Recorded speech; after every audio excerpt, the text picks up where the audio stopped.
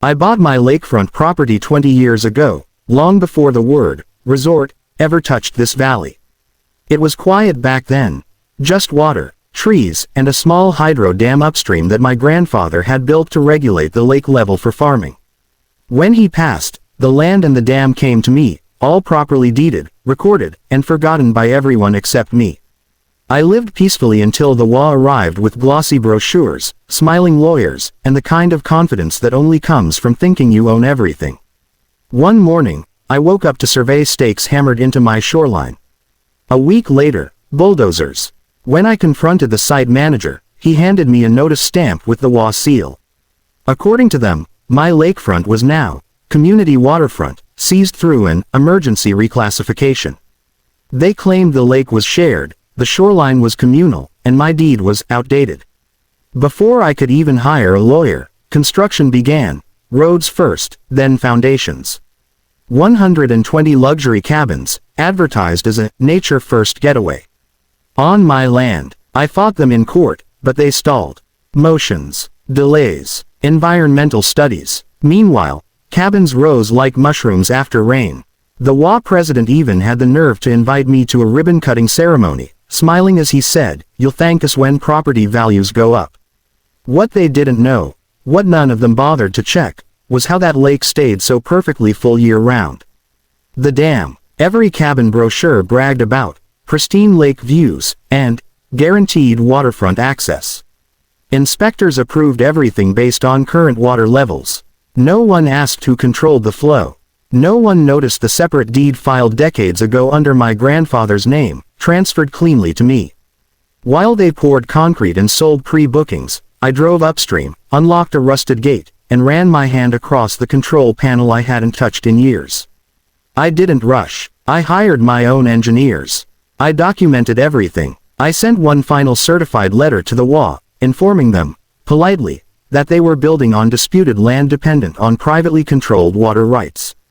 They laughed. One board member emailed back, "You don't own a lake." He was right. I owned the dam. Part 2. On a quiet Tuesday morning, I opened the gates. Not all at once, just enough. Slowly, the lake level dropped. Inches the first day, then feet. Docks that had been marketed as steps from your door started hovering awkwardly above mud. Cabin owners called maintenance, assuming it was seasonal. By day 5, boats were stuck. By day 7, the shoreline had retreated so far that half the lakefront cabins weren't waterfront at all. They were overlooking cracked earth and exposed tree stumps. Panic spread fast. The HOA tried to accuse me of sabotage. I responded with permits, water rights documentation, and a calm explanation to the county. I was conducting routine dam maintenance on privately owned infrastructure. Inspectors arrived, then environmental officials, then state regulators, because as it turns out, building 120 cabins assuming permanent water access without verifying control of the source is a huge violation. Construction halted immediately. What the HOA didn't expect was what came next. With the water lowered, inspectors discovered their foundations were illegally poured too close to the original shoreline. Septic systems violated setback laws. Erosion controls were missing. What had been hidden underwater for decades suddenly became visible and illegal. The resort was reclassified as an environmental risk zone overnight.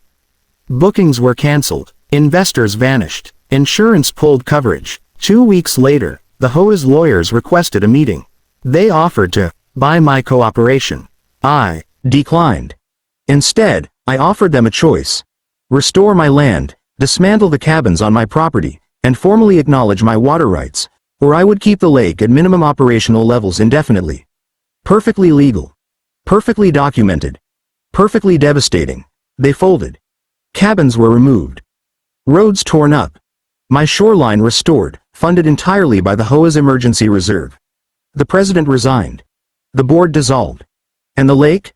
Once everything was done, once my land was returned exactly as it was, I closed the gates and let the water rise back to normal, slow, controlled, and lawful.